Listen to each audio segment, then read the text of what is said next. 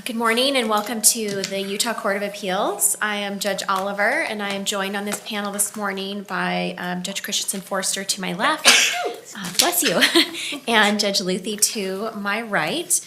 We have three cases on our oral argument calendar this morning. We're going to begin with Patterson v. State. If we could have counsel make their appearances for the record, please. May it please the court, I'm Benji McMurray on behalf of Mr. Patterson. Welcome. And Daniel Boyer for the state. Welcome. I see that we have 9 minutes on our clock, so I'm guessing you've reserved six then for rebuttal. Yes. It's early to do math. Always want to make sure that's correct. Before we begin, let me just remind counsel that if you would note your appearance when you take the microphone for our record, that would be helpful.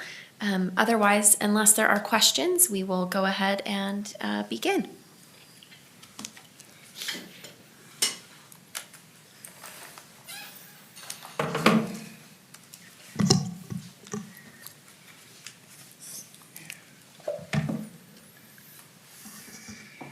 Good morning, Your Honors. May it please the court, I'm Benji McMurray here on behalf of Scott Patterson. There are two rules here that we're asking the court to explain and clarify and hold. We thought they should have been obvious before, but here we are. The first important thing is that an expert opinion is an evidentiary fact under 78B9-107-2E that can be the basis of a new statute of limitations for post-conviction petition.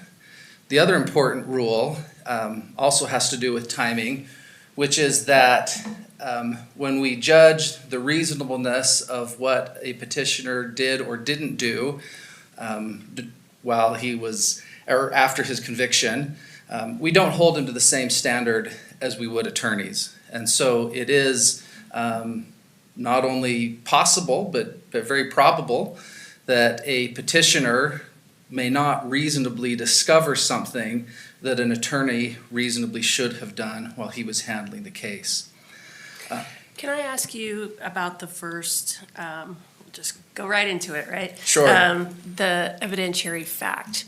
What is the fact? And I ask that because we are here in the context of an ineffective assistance of counsel claim, right? So is the fact that counsel below did not, at the trial, did not discover or did not act on the allegedly bad interview, or is the fact that was not known the expert's opinion? Well, certainly the expert opinion is, I think, the operative evidentiary fact. That's the fact, the discovery of which triggers the statute of limitations. Now, I think that the fact that counsel failed to discover that fact, that is a fact. It's part of the IAC claim. But that also was undiscoverable by Mr. Patterson until he knew that the fact existed. I think that we see a little of this messiness in the decision below and in some of the arguments because the district court seems to say, well, look, you knew everything that didn't happen. And I don't think that's quite right because you don't know the things that matter until you know that they matter, until you know that they exist. And so a defendant... But didn't Mr. Patterson have an appellate attorney on direct appeal? Yes, and we've alleged IAC against him as well. Okay. Does the fact that the IAC claim may be against the appellate attorney versus the trial attorney isn't discussed at all in the briefing? I don't think it matters, and I mean, if it mattered, I think the state would have brought it up. Part of that is because, once the a petitioner who is represented ineffectively at trial. Once the trial ends, that ship has sailed. Now, Utah is fortunate that there is a small window under 23B. We're not here to debate the scope of that, but in general, the ineffectiveness of trial counsel is a standalone claim. But in terms of your argument that the expert opinion was readily available to trial counsel, then the first remedy would be, well, it would be readily available to appellate counsel as well. And he had an opportunity to discover it then. So, but if your PCRA claim is also an appellate ineffective assistance claim, So I think that all I wrapped think into I one. understand the court's question, and it is an interesting one. I would really discourage the court from hanging its hat on that particular issue for a couple of reasons. Number one, my memory from 10 years ago is that our intent and what I thought we did was to reframe all of our IAC trial claims as IAC against appellate counsel claims. So my hope Your and memory. petition does say the error here is not trial counsel's alone. Appellate counsel was aware of the various interviews and their inconsistent statements. Okay, And you're saying those couple of statements in the Yes. petition make it an appellate at least, IAC yeah, claim. certainly at the pleading stage, absolutely. But even still, I guess, just to get to the heart of your question, I think that if counsel's failure to do something under 23B impacted the analysis, the state could have made that argument. So they haven't, they've waived it, and I don't think the court should hang its hat on it. And I will just simply note, unprepared as I am to talk about Rule 23B, my understanding of the constraints of that rule is that it is very limited in terms of the scope that an appellate attorney has to do a new investigation. So I'm not sure that this kind of thing reasonably should be expected of appellate counsel, but we've nevertheless alleged it, and that's not a reason, I think, to ignore the fact that Mr. Patterson, at no point prior to our discovery of the expert opinion could he have discovered this fact. I have a broader question for you on the discovery of an expert opinion, right? So the issue of discovering is that no one asked, right? So the facts existed at the time of trial. They were, as alleged, readily apparent to counsel, but no one asked an expert to review those. So it seems to me that I'm looking for a limiting principle here, because if an expert opinion is, as you claim, a evidentiary fact for purposes of the PCRA, then at any point, in basically any case, an expert could be discovered, right? Which means someone actually asked an expert to look at the evidence from the trial, and then you've got a new statute of limitations. So doesn't it make the statute of limitations then illusory? I don't think so. I think there are a number of limiting principles that are inherent in our justice system.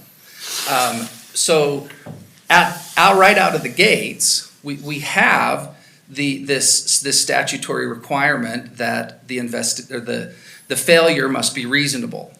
And one can imagine circumstances, perhaps with a very wealthy defendant or one who is not sent to prison and is out of custody, maybe on a different set of facts, we won't even be having this conversation. But in every case where you've got an incarcerated individual, we're going to be in these same circumstances according to the way you're presenting it to us, right? Because I understand your position to be that an indigent incarcerated individual will always be in this circumstance. They're never able to find themselves an expert. Probably right? with respect to an expert, that's right. But I think, though, that also tells us why this isn't a really big problem. Because the chances that indigent inmates are going to be going through this, merry-go-round of hiring experts to review their case, that's just not really what's going to happen.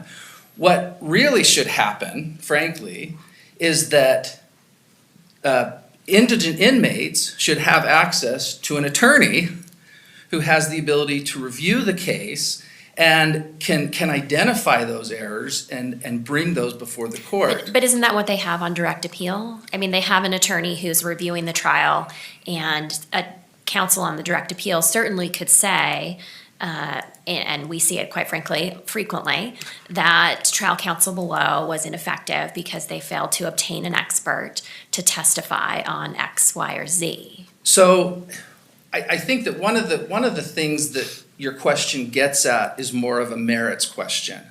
And this, I think, goes back to Judge Luthie's 23B question, because underneath this is the question of what is reasonably required of appellate counsel to do. And I think that right there is going to have its own contour. Coming back to just the specifics of, are we opening up the floodgates? So again, there's this practical reality that indigent petitioners aren't going to be going on this merry-go-round of hiring experts over and over and over again. If, however, someone did obtain an expert, I think that this will be an unusual thing, and it's the kind of thing that I would hope our justice system would be open to recognizing. If there really is some fundamental aspect of the case that went unexamined before, we should welcome that. Now, I will note that Utah, since we started this litigation, Utah has done something that I think actually speaks to your question. As I understand it, Utah now has a statewide Office of Appellate Counsel with a separate division that also is available to be appointed on indigent post-conviction cases. I think this is critical, and I can talk a little bit about how we approach this case in the same way, that during the year that we had the case, I was the second attorney on the case, and my predecessor found Mr. Bell. When I looked at the case, I said, whoa, there's this and this and this as well. And we alleged those in our petition, but we did not have an expert. We didn't have that opinion in hand. Now, I think that what the court can use as a limiting principle is to say that a defendant who has post-conviction counsel can expect post-conviction, reasonably can rely on post-conviction counsel to do what post-conviction counsel is supposed to do. And I would not expect a court to very freely entertain a claim from Mr. Patterson down the road saying, oh, Mr. McMurray and his colleagues forgot to do X, Y, and Z. But I guess I'm having, trouble sort of reconciling the fact that Mr. Patterson had a direct appeal. This issue, he raised 3 claims of ineffective assistance of counsel. Happen to know I sat on that former case. And this ineffective assistance of counsel claim was not part of that direct appeal. And we have plenty of cases that say, counsel has to pick and choose its best arguments, that, that's strategic, especially in terms of ineffective assistance of appellate counsel. But why should he get a new chance at a post-conviction claim when it was a claim that was not raised in his direct appeal, or a claim that's not at issue right now, the ineffective assistance of his appellate counsel for not raising this? Well, that just seems to undermine our whole sort of post-conviction statute of limitations structure. So I think one of the concerns here is that we're talking about different bars. Yes. Okay. I tell my clients, if you're in post-conviction, there are 12 ways you can lose getting out of bed. All right? Between the courts and the Attorney General's office, there are so many ways to keep petitioners out of court. And one of the things that's interesting here is in your questions, you can't help but get to the merits. You want to know, were they actually really ineffective when they didn't do this? That's a merit question that we can't even get to. Now, the bar you're talking about, failure of appellate counsel, that would be a procedural bar that the state maybe could have invoked, but they didn't invoke that. And so that bar can't now be used to answer to sidestep the statute of limitations But question. why can't it? Because there are claims that were raised or should have been raised or could have been raised. By appellate counsel? Uh-huh. Well, again, my memory, and we've. Well, can I ask a clarifying Sure. question? Yeah. Is there a claim of ineffective assistance by appellate counsel? Is that the claim that is being litigated in this PCRA petition? I think the claim that, as I understand it, that we're talking about is the failure by trial counsel. Because if that is your claim, then I have the same concern as Judge Christensen Forrester that, well, trial counsel may have missed it, but he had the chance with appellate counsel. If it was readily available to trial counsel, should have been readily available to appellate counsel through 23B, that all could have been taken care of. And that's a problem for your client. On the other hand, if there's an appellate IAC, ineffective assistance claim in front of us, then this, I think your argument would be that this then becomes a new evidentiary fact that bears on the appellate IAC claim.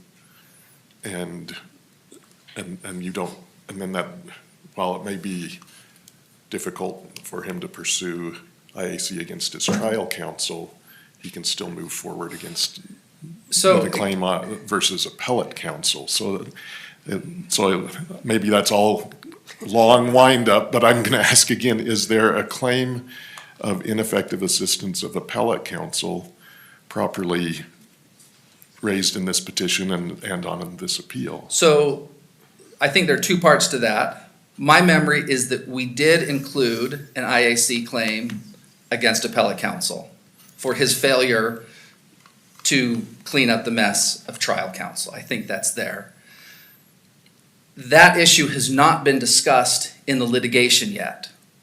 The only issue that I see before the court is one of statute of limitations.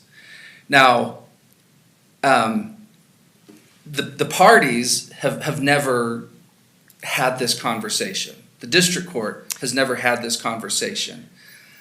My position would be that the Supreme Court opinion that vacated or that remanded on claims arising out of these two facts, our position is that the remand is effective as to all claims arising out of these two facts. There was a lot of stuff going on, and I personally, as a lawyer, am very frustrated and disappointed that these procedural barriers have been thrown up against very serious and widespread problems in the case. All we have left are two facts: an expert opinion and a sealed, secret report that DCFS had that my client had no way of knowing existed, could not have requested. All we're asking is for the chance to get to the merits of whether counsel was unreasonable when he failed to discover those two things. Given what you've just said, you're going to love my last question. Okay? Will you address the Rule 56 issues? Specifically, I think that your client's indigency and incarceration can readily be inferred from the summary judgment record. But the existence of the expert report, the existence of the DCFS report, how they were obtained, none of those facts are technically in the summary judgment record with citation to material in the record to establish that they are facts. And the trial court made that an independent ground for its grant of the summary judgment motion. If the rule has not been complied with, and the court relies on that lack of compliance to rule, how do we say there isn't a sufficient basis to affirm? So are you saying that the district court ruled in part based on its Rule 56 analysis. That's the way I read its ruling. Okay. I would encourage you to look at it again. Okay. Because I don't think that's a fair reading of the district court decision. Nor do I believe that the state has advanced that reading in its brief. As we point out in our reply, there are a couple of things. Number one, I think that the judge notes that it could have done that, but then didn't do that. And it went on to reach the merits. Rule 56 is not a jurisdictional problem. The judge has discretion about how to remedy a Rule 56 violation. In the conversation where Rule 56 was invoked, we asked for a chance to cure it. And I think that And my recollection from reading that part of the transcript is that the trial court said, we're years down the road from this. We're not at a point where we're going to allow you to cure. we're years down the road from the mistake, but we were minutes away from the state invoking the rule. The state had never cited Rule 56. My memory is that the And so judge, is this argument that you're making right now that it was an abuse of discretion to the extent that the court ruled based on failure to comply with Rule 56, that was an abuse of discretion? yes, and additionally, because the substantive facts were clearly before the court. This isn't a case where the state is saying, oh, we didn't know what the petitioner was getting at. Everybody knew what this is about.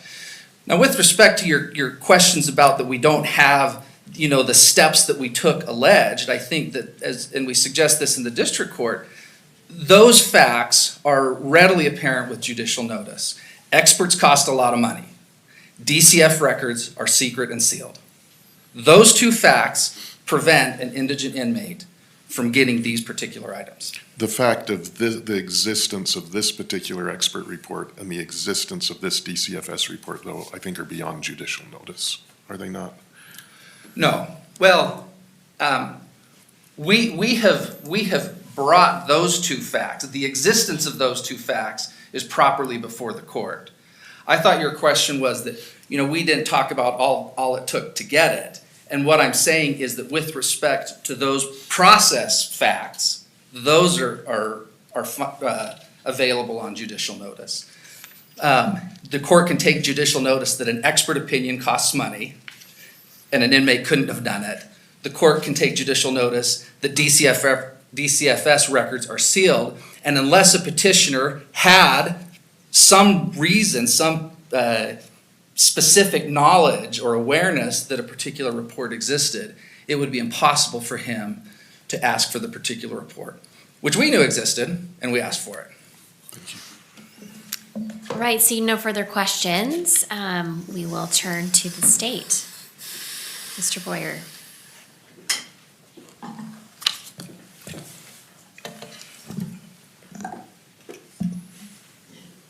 Good morning, Your Honors Counsel. May it please the court, Daniel Boyer for the state.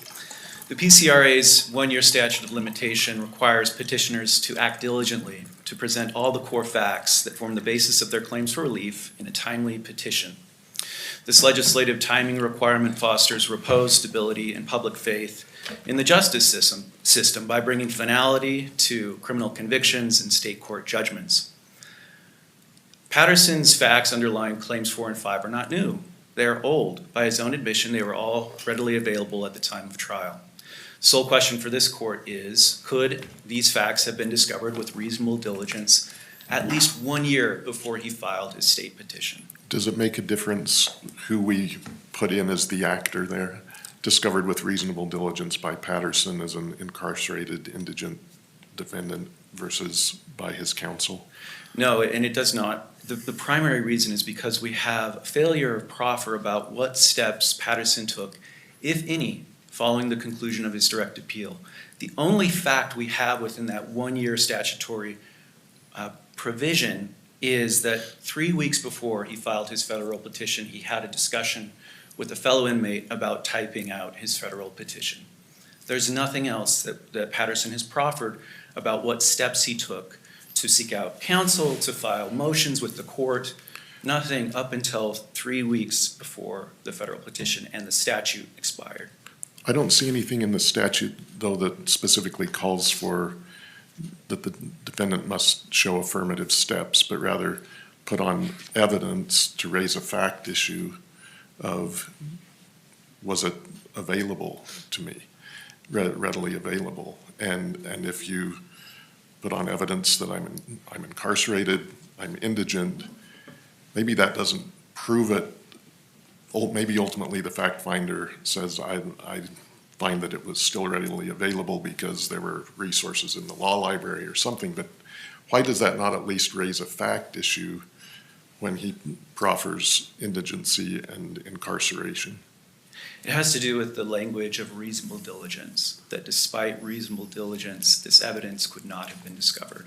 The So diligence reasonable diligence- implies some sort of affirmative action. Correct. And we know, so Patterson's argument that his indigency and incarceration prevented him from fact-finding, from obtaining an expert, from pursuing these claims is plainly false. Because he did. He was able to obtain counsel, able to obtain assistance from attorneys, including Rocky Anderson, then federal counsel, who were able to discover these claims. He simply acted too late in seeking out that assistance. He didn't reach out to the prison contract attorneys until after the statute expired. Had he acted with the reasonable diligence and promptness required by the PCRA, he could have discovered these facts, could well have discovered these facts in time to file a timely petition. So it really has to do with the global problem about the petition itself, that there simply was not reasonable diligence in pursuing state post-conviction. Now, So as a practical matter, if we adopt your argument, then any time an indigent incarcerated defendant brings a PCRA claim, they better be asking right away for appointed counsel. And if they do, would that be evidence of diligence? that might get them closer to showing reasonable diligence. And I read section 105 of the PCRA here as placing the burden squarely on the petitioner to disprove application of the time bar. So the burden really here is on Patterson all the way down. That has to do with, the presumption of regularity in the proceedings, all of the presumptions that are carried forward in the PCRA. So yes, a petitioner does have to at least proffer what steps he took, if any, to meet that diligence requirement under section 107. And again, Patterson was able to discover these claims. Had he started this process earlier and acted with promptness and diligence, there's nothing to say he wouldn't have been able to discover this all sooner and in time to file a petition, a timely petition. And notably, perhaps, he states in his second declaration that he knew Attorney Rocky Anderson during the pendency of his direct appeal. But he does not say that he reached out to Rocky Anderson until after the statute had expired again. So why couldn't he have reached out to Rocky Anderson about this earlier and gotten the process started sooner? So even if we look past appellate counsel's effectiveness, we still are left with the lack of explanation about why he could not have timely pursued a petition. So it goes back to the global problem with the petition itself being filed over 2 years after the statute had expired. So if he had proffered that something along the lines of, I was incarcerated, I'm indigent, I was unaware of an expert, that we could get an expert. I didn't know what an expert was. I didn't know that DCFS had a sealed report. I had no way of knowing. And it wasn't until I got an attorney to do that. Is that all that's required, or does he have to have more specificity, I suppose? I guess I'm trying to figure out what the standard of a proffer is that the state thinks is required. Right. So if there's an investigation that is based upon facts that are really already known. So here we know that Patterson was aware that his wife had spoken with DCFS. There's no reason that he could not have reasonably concluded that a report memorializing that conversation was not at least available So it's not really a hidden fact. So, I mean, it's a private report, certainly. But the knowledge of the conversation, the fact that the ex-wife spoke with DCFS was known at the time of trial. The fact that that wasn't provided to him in discovery, though, couldn't he Well, he hasn't. draw some inferences from that? He hasn't alleged that it wasn't provided in discovery. I mean, that's just not part of his proffer. So there's really sort of a gray sort of ambiguity about whether this was even part of the defense file at trial. We So- don't have that in his proffer. Right, so does the proffer then have to be, and again, I'm trying to figure out the level of specificity that the state thinks we need. Because as I understand the state's arguments, the facts underlying this later discovered evidence of the expert in the DCFS report were known at the time of trial, right? I don't think anyone disputes that there at least was knowledge that DCFS had been involved, and the facts underlying the expert opinion were elicited at trial. And so does the proffer have to come forward and say, like, why that information wasn't meaningful at the time and why it wasn't until years later that that knowledge became available? Or is it simply something, less specific or more? Again, it seems like the state's saying he didn't proffer, right? The why, and so I'm trying to figure out what would he have said that Right. would have mattered, and perhaps, and sorry for my long question here, but perhaps it doesn't matter because the state's position is that the information was known all along. Yeah, and the premise of his ineffectiveness claims is that these were not only available, but they were easily obtainable, that all reasonable attorneys would have, brought these facts to bear at trial. So it's not just that this is secret information that really wasn't available at all. It's information that he concedes that was readily available. And so But we that's have why to it's look to an the nature of the IAC. claim. Yeah, we Which have to look is to the why nature of the it's- claim to really determine whether this is evidence that could, with reasonable diligence, have been discovered at trial. So that's why we're pointing out in our brief that there's an essential tension between the IAC claim and the newly discovered evidence claim. He can't have it both ways. It's either. He can though, Candy, if we draw a distinction between what's reasonable for him as an indigent defendant versus what's reasonable for an attorney, and if he's pled a IAC claim against appellate counsel. I don't think so, because that would essentially be writing an ineffective assistance exception to the time bar that the PCRA forecloses. The structure of the PCRA is such that it sets forth the procedural bars in section 106, and the time bar is one of those grounds. Then it talks about ineffective assistance of counsel being an exception, but only to claims that could have been raised at trial or on appeal. By specifically limiting that to that procedural bar necessarily excludes the exception from the time bar. So writing in an ineffective assistance saying my counsel's ineffectiveness prevented me from timely raising claims in a petition would write in an exception that would essentially eviscerate the statute of limitations under 107. Second, trial. I guess I'm just not following, so I'm not asking to be difficult, I'm just not following yet.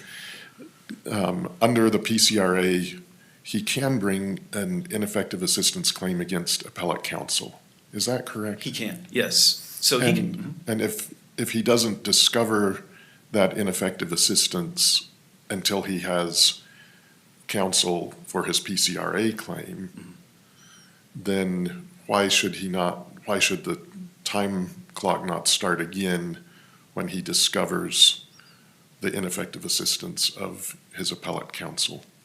Well, if he's arguing that it's evidence that was readily available and should have been discovered by all available counsel at the time, then our argument is that it can't be facts that could not, with reasonable diligence, have been discovered sooner. But if that is your exact claim, that these were facts that could have readily been discovered by my appellate counsel, appellate counsel didn't go and discover them, that is my IAC claim. It seems like it's very circular to say, well, because that's your IAC claim, you can't raise it. Right. And again, we can look at it this way too. I mean, the counsel is a client's agent. And under well-recognized principles of agency law, knowledge is imputed to the client. So whatever was in trial counsel's knowledge, or available within the scope of discovery, that knowledge is imputed to the client. So that's evidence that could have been discovered with reasonable diligence. Do you acknowledge sooner. that the practical effect of your reasoning there is to say, if your IAC claim is my counsel didn't discover something, if your PCRA IAC claim is my counsel didn't discover something that was reasonably discoverable, that you say, well, that was imputed to you, you can't bring that ineffective assistance claim? Well, there at least has to be some proffer about what trial counsel knew or did not know, and we don't have that. We don't have that in this petition, in the opposition to the summary judgment motion, or in Patterson's declaration. And this leaves unanswered what Patterson was doing during the relevant one-year statute of limitations. So even if we separate the petitioner and trial counsel, or counsel for purposes of 107, what was the petitioner doing during the PCRA's one-year limitations period to act diligently in pursuing his claims for post-conviction relief? If there's no proffer about those actions, a petitioner simply cannot meet his burden under 105. Do you contest that whether the petition alleged a claim of ineffective appellate assistance? Appellate ineffectiveness was not set forth as an independent claim for relief in the petition. Do the statements in the petition, like, this error is not trial counsel's alone, appellate counsel was aware of the various interviews and their inconsistent statements, he was in a position to assert these errors in the context of his appeal on 23B motion, his failure to do so was unreasonable and prejudicial, does that not state a IAC claim against appellate counsel? I can't say it does, at least for purposes of summary judgment. Well, I'm not asking Okay. necessarily at summary judgment, Summary judgment. but has he at least, is there an IAC claim in this petition? Appellate IAC claim? I would argue no. It needs to be set forth as an independent claim for relief, arguing under both elements of Strickland what specific facts he believes appellate counsel, specific facts about appellate counsel's representation, and specific facts about why it was prejudicial to the case. Without setting all of that forth, we can't be on notice that he's raising an appellate ineffectiveness claim. And I should note too that the procedural bar against claims that could have been raised at trial or on appeal or could not can be raised at any time by the state. It can be raised by the court on its own motion. That's under subsection 106, 2A and B. So there's no waiver argument here. The procedural bars are available at any time during the case, and they're available to the state or to the court on its own motion.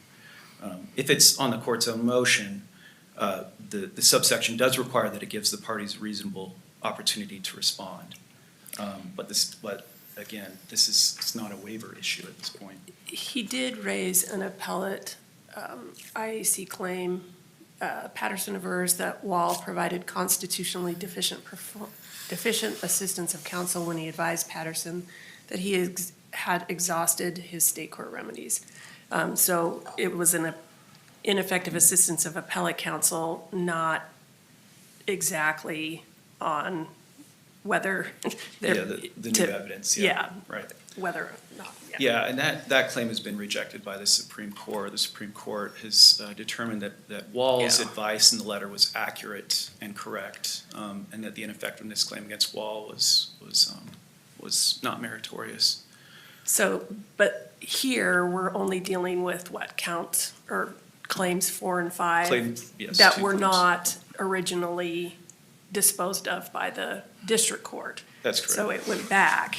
The Supreme Court dealt with all that it dealt with in Right. Patterson versus State, but we're only dealing with these two claims that were not addressed by the district court originally. Yeah, the district court didn't address Patterson's arguments that these claims were based on newly discovered evidence. And so because of that, the Supreme Court remanded to the district court to address that precise issue, which is before the court now. So I have just one more question, and it's just for my elucidation, I think, but when we're deciding this case,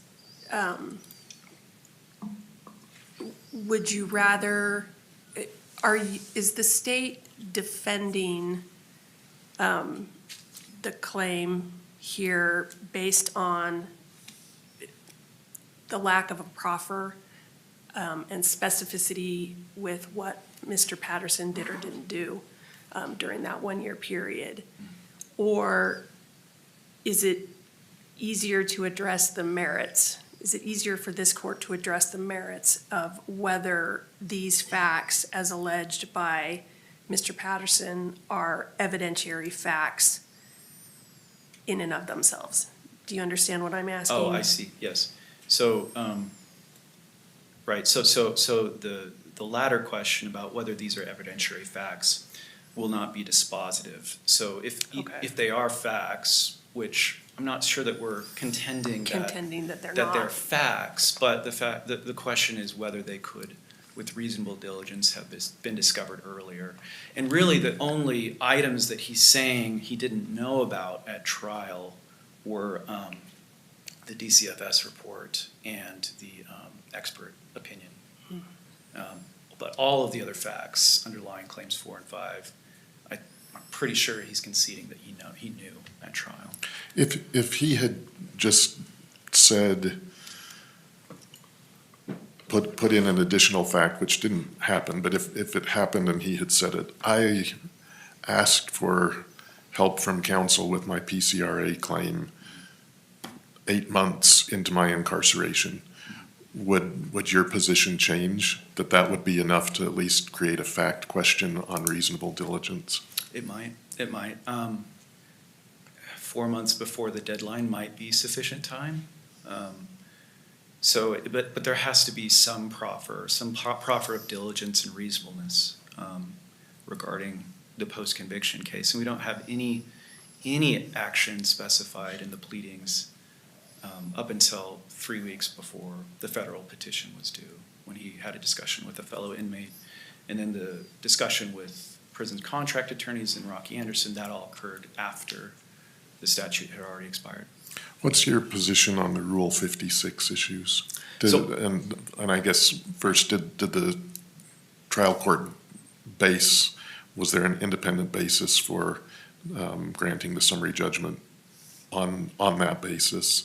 So I would agree with counsel that the trial court did not rule that this Rule 56 issue disposed of the case. The trial court said this should dispose of the case, but I'm going on to review the newly discovered evidence claims on the merits.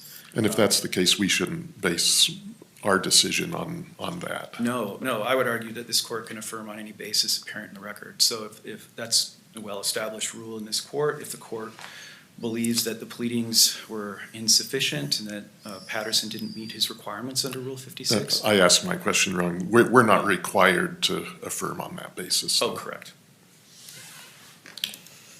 All right, seeing no further questions. Thank you. Thank you. We'd ask the court to affirm. All right, Mr. McMurray, your rebuttal. Thank you. I think I want to just start by dealing with this procedural bar as it relates to appellate counsel. I think that the state, I appreciate the state's acknowledgement that while it can be raised at any time, there has to be a chance for briefing, which there hasn't been. And so I suppose that if you get back there and you decide that this is something that matters to you, you can ask us to brief it, or you can remand on the statute of limitations and we can take it up with the district court. But I think it would be inappropriate to rule on it, to sidestep the issue that is before the court on the statute of limitations by turning instead to something that hasn't been briefed. Now, on this note, I would actually like to thank the state for doing today what I wish they had done months and months ago. Today, in this colloquy, we've heard a list of the different things that the state thinks Mr. Patterson could have done. And the state wants this court to put the burden on Mr. Patterson to have identified in advance all of those things that it might say and explain why he didn't do it. But doesn't he have to say something? Yes. I mean, Mr. Patterson, Yes. doesn't he have to say something? I was diligent because, or I could not find these facts because. I think is right. And what did he say? Well, Because it seems to me that the state's position is he just didn't say anything. so part of the issue here is that we're learning as we go. And next time I do this, I will talk about all the things that I did to find the stuff and why it was unreasonable. In this case, though, that's not necessary because of the facts that are in the record. He was indigent in prison. He could not, with reasonable diligence, there's nothing he could have done, gotten up earlier to What get about the the one fact that has some resonance is he could have asked for counsel? So let me talk about that because that is not the case. But that's not for this court to decide. What the state should have done was tell this to the district court, where I then would have had the chance to talk about what contract counsel does and get affidavits and declarations and show that that is not a step that would have borne fruit in this case. I can answer the question right now. Contract counsel does almost nothing. If you give them a citation, they'll send you a copy of the case. If you say you want help filing a PCRA petition, they'll send you a form so you can fill it out yourself. They do not provide any substantive legal help. They do not provide any investigative services. Should he have asked for appointed counsel sooner? He did. When he filed in federal court, he asked for an attorney. And as with everything in this case, the state oppose, procedure failure this. And here we are a decade later. He was asking from day one or close thereafter to get an attorney.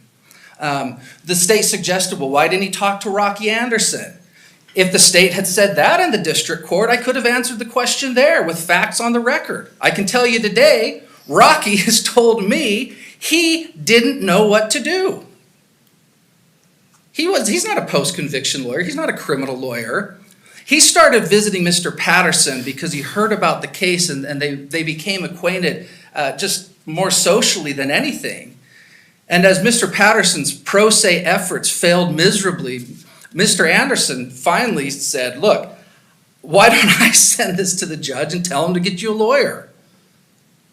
But again, this conversation is the one we should have had in the district court. And it would be ludicrous for the court to impose a rule that says the defendant has to say everything he didn't do and why he didn't do it. Especially on a case like this, where we're talking about two specific items, and we know why he didn't get those things. He didn't know they existed, and he didn't have the resources to hire an expert.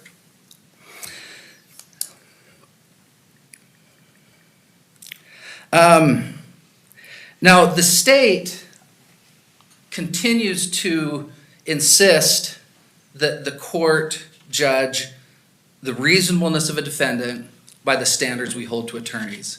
And the state persuaded the district court that that was right. I would urge this court to reject that question as a rule of law.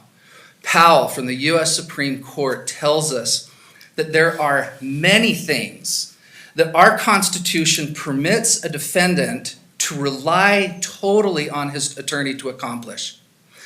The government equivocates in a number of ways, and we pointed out some of this in our briefing, but they did it again today.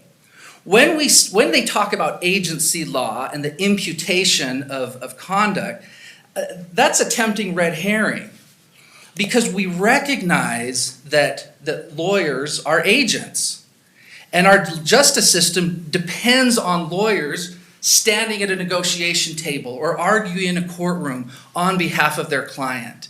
And we do impute counsel's actions to the client. But when it comes to IAC, the question is, what did the attorney fail to do? And was that failure reasonable? Was it strategic? That's a merits question, all right? Was counsel's failure reasonable? And as long as he has the right to counsel from the beginning of the case to the end of the appeal, the defendant, the Sixth Amendment is a shield. The defendant's actions while he has counsel aren't at issue because he has the right to depend totally on his counsel. Once the case becomes final, that completely changes.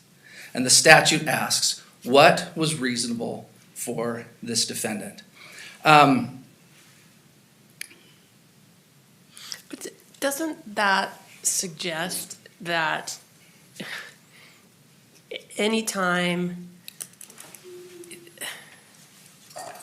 that once the representation ends, and in this case, Mr. Patterson, once he was done with his direct appeal and was moving to any claim, post-conviction claim, the possibility of any post-conviction claim, that doesn't it excuse an unrepresented person from meeting the statute of limitations because they don't have an attorney, because they are indigent and incarcerated?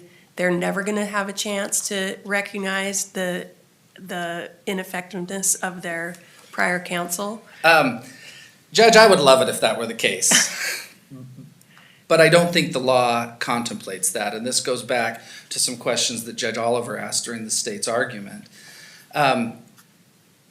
We are not talking, this case is not about a failure to draw inferences from known facts. Okay?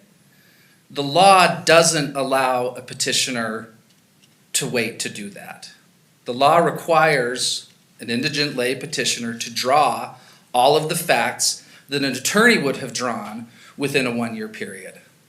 What we're talking about and what the statute contemplates is what does our system do if a defendant at some point discovers new evidence? And the law is clear. We give him a year to figure that out. But you're saying we can't hold unrepresented defendants, petitioners, to the same standard as an attorney. Right. We can't. But at least for the purposes of 107(2)(e), Which is the IAC. which is the statute of limitations. Which is the statute of Right. limitations. But there also, the language of 107 says that notwithstanding subsection 1C, oh, no, it's not 106, that's 106, sorry. I need to go next. 3B, or 3A, the limitations period is told for any period during which the petitioner was prevented from filing a state. No, it's not that one either. We tried that one. It's 3E, or 2E. The date on which petitioner knew or should have known in the exercise of reasonable diligence of evidentiary facts on which the petition is based. But that knew or should have known, there can't be two different standards whether the defendant is represented or not, right? Like what is the Okay. standard that we So need to articulate here? So the question, I think, is this, and it doesn't require different standards for different situations exactly, okay? I think that, so the question is, on post-conviction, could this have been discovered with reasonable diligence, all right? And again, let me just reiterate, it doesn't say, tell us everything you did and we'll decide if, you did all you should have done. It asks us to focus on the piece of evidence and say, should you have found this sooner? And for an unrepresented petitioner, the statute is clearly asking about his situation. What is reasonable for a person in this situation? Now, I think that on a different set of facts, the court could look at a case let's say that a petitioner somehow got access to counsel. There is a handful of private attorneys in town who will take PCRA cases. And sometimes the loving old grandma will pay for a PCRA review. I think that the court in that case could reasonably say that if you've got counsel, then at this juncture now, our expectations about counsel are imputed to you, because you now have an agent out in the community who is doing the work that you can't do when you're stuck in prison. And I've conceded as much in this case, that my view, because of this view, I don't expect that we can come back now and dig up new things, because he had a year. And maybe our getting on the job started a new statute of limitations that allowed us to discover things, and we discovered things we filed within a year, but that doesn't just keep going on and on and on. And it seems like that there's another distinction. The PCRA would allow you to bring a PCRA claim based on newly discovered evidence. And that part of the statute requires you to show that it's evidence that neither the petitioner nor the petitioner's counsel knew of, and there's other, it can't be merely impeachment evidence, which this was impeachment evidence. So there's a claim based solely on newly discovered evidence, but that's not what this is. This is an ineffective assistance claim with an overlay of counsel didn't discover the evidence that counsel should have discovered. Well, yes. And that adds a different wrinkle. Well, the state has taken advantage of this situation that requires two reasonable analyses, and has said, oh, we're talking about reasonableness, so you can't have it both ways. But reasonableness of counsel is a merits question with a different standard imposed by the Constitution. Reasonableness of the conduct of a petitioner is highly fact-specific. There is no rule that I'm aware of what a reasonable post-conviction petitioner is expected to do. And I think that the court would be... But aren't you asking us to I'm struggling with how we're going to write this opinion if we agree with you, in the sense of, I mean, the legislature has already said 1 year unless, with reasonable diligence, you couldn't have found this before. What is the standard for? I see two ways you could write this decision in our favor. And I'll start with the way that I like, and then I'll tell you the way that I don't like as much, but you still remand, all right? I think the first way that I like is you look at it and you say, the state moved for summary judgment, which means we look at the facts and the evidence. Indigent inmate, okay? Expensive expert report, couldn't have gotten it. Not reasonable diligence, he couldn't have worked harder to get it. Secret sealed DCFS report. He couldn't have worked harder to get it. Okay, this is kind of the starting point. I'd love it if you said the state had the chance in its summary judgment motion to come forward with facts that would have suggested that there were reasonable things that he reasonably could have been expected to do, and they didn't do that. So summary judgment is reversed. Go back to the district court. You can go to the merits. They can talk about their procedural default if they want to do that. But we're done with the statute of limitations. Now, if you didn't want to do that, if you wanted to throw them a bone, if you're interested in this list that they finally started to talk about, you could send it back to the district court and say, all right, state, we're going to let the district court hear what you think Mr. Patterson should have done. And then he has the chance to respond to this list and explain why those aren't really reasonable steps that an inmate could take. None of the things that he suggested would have led to the expert opinion. But we can tell that to the district court if you want to let them have that chance. That seems to put the cart before the horse, though, because it's Mr. Patterson's burden. Okay, I'm glad you said that. This was on 106. my list as well. as I was researching this, let me tell you about something, if I could, just real quick, something that happened when I was writing my reply brief. I started saying that this is a burden shifting statute. And I found all these cases all over our jurisprudence. A standard principle is that when you have a rule and an exception, the person who gets the exception has the burden of proving the exception, all right? So what we have here is it says, if you're after a year, you're out of court. Unless you find new evidence, then the defendant has to prove that you didn't have it before. But then the state can say, well, you should have found it sooner. Now, we would expect the state to have the burden of proving the facts that defeat this exception. You are right that for some reason our legislature decided to give the state a pass on that, and the burden stays with the petitioner. But this is not a burden problem, because even though we have the burden, the analysis of the burden is based on the facts before the court. We have provided those facts: indigence, incarceration, impossibility to obtain these items.